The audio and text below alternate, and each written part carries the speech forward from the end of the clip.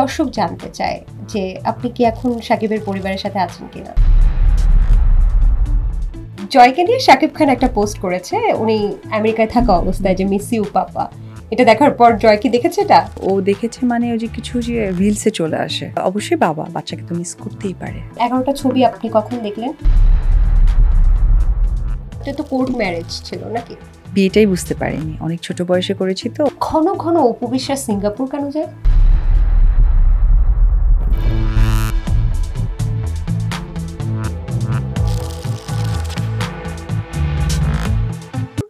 Apu Biswas always বউ, কিন্তু বিয়ের দিন অপু বিশ্বাস কিভাবে সেজেছিল? কিছুই করেনি, কিচ্ছু করেনি, শুধু লেহেঙ্গাটাই ছিল বিয়ের, যেটা ওর বাবা দিয়েছে, এই তো, কিছুই করেনি, একদমই নর্মাল ছিল। লেহেঙ্গাটা কি বিশেষ কিছু, মানে বাহির থেকে অর্ডার করে নিয়ে আসা বা ওই নায়িকার ওইখানকার ডিজাইন এরকম কিছু ছিল না, তবে ওই সময় ওটা অনেক বেশি এক্সপেন্সিভ ছিল।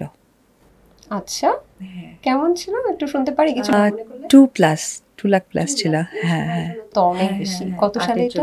2008। প্রচুর বেশি। এটা কি ইন্ডিয়া থেকে আনানো হয়েছিল? না, আমাদের বাংলাদেশি একটা ব্র্যান্ড ছিলেন নামি দামি, সেখান থেকে পারচেজ। সাজটা সাজিই তো নি, শুধু লেহেঙ্গা পরে বিয়ে হয়ে গেল? লেহেঙ্গা পরেছিলাম, একটা ডায়মন্ডের সেট ছিল গলায়, সেই মানে যে দুধের স্বাদ ঘোলে মেটায় না, সেই ঘোলটা কি এখন এত প্রতিদিন। এবং রিসেন্টলি একটা স্ট্যাটাস কিন্তু খুব ভাইরাল হয়েছে আপনার, মেবি এটা একটা রিলস, বাট এত সুন্দরভাবে আপনি আসলে নিজেকে প্রেজেন্ট করেছেন একটা গানের সাথে, এটাও কিন্তু অনেক দর্শক পছন্দ করেছে। এটার পেছনের কারণটা কি, মানে কি? না না, আসলে শিল্পীদের দেওয়া আর মুড এক জিনিস না, আমি মনে করি এক নয়, কারণ এখানেও একটা অভিনয় থাকে। এটা আসলে আপনি খেয়াল করবেন, এই কথাগুলো সোশ্যাল মিডিয়াতে বেশি হয়, যে রিলস হিট হয়ে যাওয়া বা ট্রেন্ডিং, এইরকমই কিছু একটা। ট্রেন্ডিংয়ের বাহিরে ছাড়া, আমি বললাম না যে আমি ব্যক্তিগণটি আর আনতে চাই না, এগুলো ট্রেন্ডিংয়ে আপনি টাইপ অফ ট্রেন্ডিং ধরতে পারেন। বিয়ের সময় তো এটা তো কোর্ট ম্যারেজ ছিল নাকি?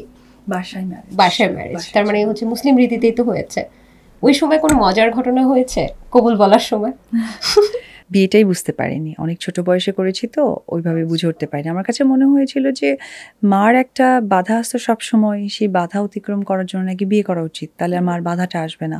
তো সবসময় ফোকাস হয়েছে যে মার বাধাটা কি করে ক্রস করা যায়, সেটাই করেছি, এবং সেও চেয়েছে।